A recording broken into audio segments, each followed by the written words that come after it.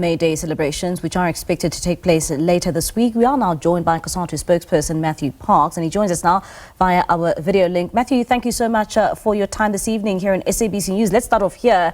As much as we will be celebrating May Day come the 1st of May, on the other hand, we have been facing a number of issues, and we're expected to see that VAT hike come into effect, and we've now seen that U-turn taking place. So what do you make about May Day celebrations, particularly at a time where South Africa has been struggling over the past couple of weeks with its own budget and that VAT hike?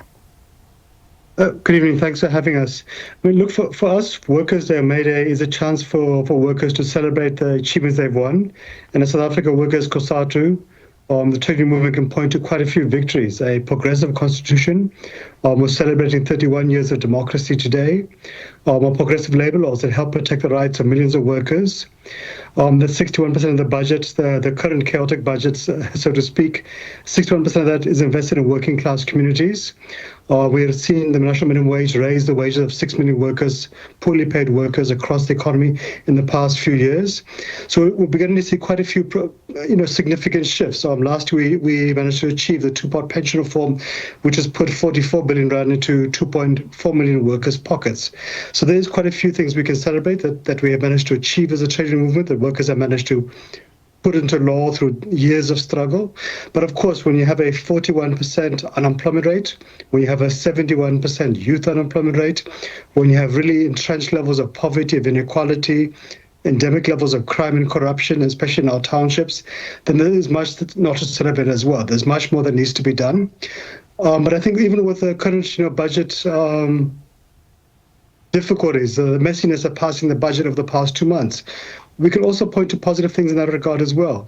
That for the first time, government has listened to the cries of workers and society organizations across the board and has responded to them, has halted a VAT hike, which would have really made life even more difficult for working class families who are already struggling to cope with rising cost of living. But we've also seen in the budget too, outside of the VAT headlines, positive responses to COSATU's call to fill critical vacancies like nurses and teachers and doctors and police officers, to rebuild frontline education and hospital infrastructure, a public service wage agreement which is going to help nurses and teachers to survive and so forth, but also other things too which will help grow the economy, which will help reduce unemployment, like investing in electricity and rail and ports, in roads and water, which will help create jobs in the construction sector.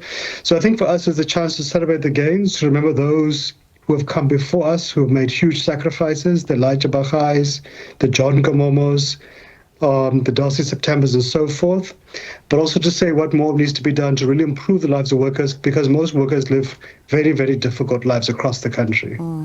And Matthew, what will it take ultimately, of course, to see workers' lives become better, particularly at a time where we continue to struggle economically as a country, and right now we find ourselves with a budget that has a shortfall? How does this characterize May Day? So fundamentally, what we have to do is to grow the economy. The reason why the government is struggling so much to make ends meet, to cut here, to raise revenue here, is because the economy for more than a decade, for about 15 years, has been growing at about 1% growth per annum. That's why we have a 41% unemployment rate.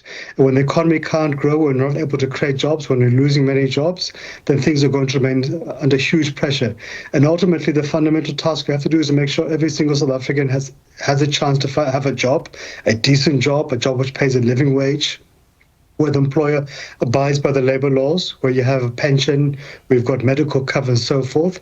Those are the fundamental issues we've got to do. But critical to achieving that is to capacitate the state, make sure the government, whether it's public services or municipalities or state-owned enterprises, has got the resources it needs to provide the public services working class communities, businesses, the economy depend upon to function, to thrive. We've got to make sure we remove the obstacles to growing the economy. And whilst we do that, whilst we create jobs, we must also make sure that constantly we put in place measures to protect the poor through the social grants, through public employment programs, but also to invest in the social wage through free education at schools or universities, through subsidized public transport, through RDP housing, through free basic meals at our schools and so forth. So it's a multiplicity of issues we've got to deal with. But I think our plea to government and to employers is that we have to treat these issues as a national crisis. We can't continue to be a society where 4 out of 10 South Africans can't find work. That is a ticking time bomb which will one day explode if we don't deal with it. And just like we put everything at our disposal to deal with COVID-19, we must treat unemployment in the same way and really mobilize every single public and private resource to combat it, to create decent jobs, because ultimately that's the only way to address our many socioeconomic challenges. And Matthew, just to get your reaction, we've just seen breaking news coming in now. The Western Cape High Court has suspended the 1 May 2025 VAT hike, and that's pending the finalization of the legislation regulating the VAT rate. Can we get your reaction there about when it comes to COSATU? So we would welcome that. We had opposed as COSATU a VAT hike or any other tax hike which will make life more difficult for working class families to survive. We felt it is not necessary, that there are other alternative measures, including giving SARS the resources it needs to make sure that everybody pays the taxes that are owed to the state. So that's a positive thing. And yes, the budget process has been messy, but I think we must also appreciate that 31 years into democracy, we have a government which listens to society, and when society tells government it has blundered, that government has the sufficient humility and political maturity to respond positively and to say, yes, they have made a mistake, and to go back to the drawing board. So yes, it is messy, but it's a positive thing that government listens to society. It's a learning experience for the ANC, which is used to being governing on its own. It's a learning experience for opposition parties that are used to just being in the opposition benches. And of course, it's a learning experience for Treasury too, which is used to just simply drawing with a budget without having to take into account significant public input and so forth. So I think that's a useful thing, but we do need a broader conversation beyond when past this budget in the next month or so, to say what expenditure do we need, what expenditure can we live without, how should we generate the revenue that is required to fund public services and to do so in a way which doesn't hurt the poor. And really we need to have a budget from February next year, which is really going to take this economy from a 1% to a 3-4% economic growth rate, which is really going to capacitate the state and to tackle unemployment.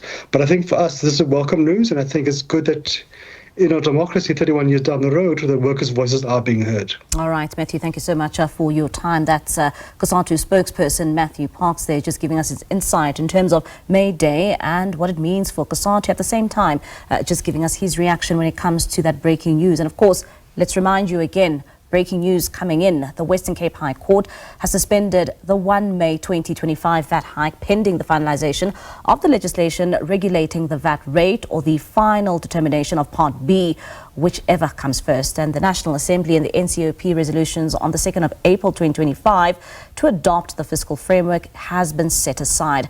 Minister of Finance and Speaker of the National Assembly as well as Chair of the NCOP have been slapped with costs.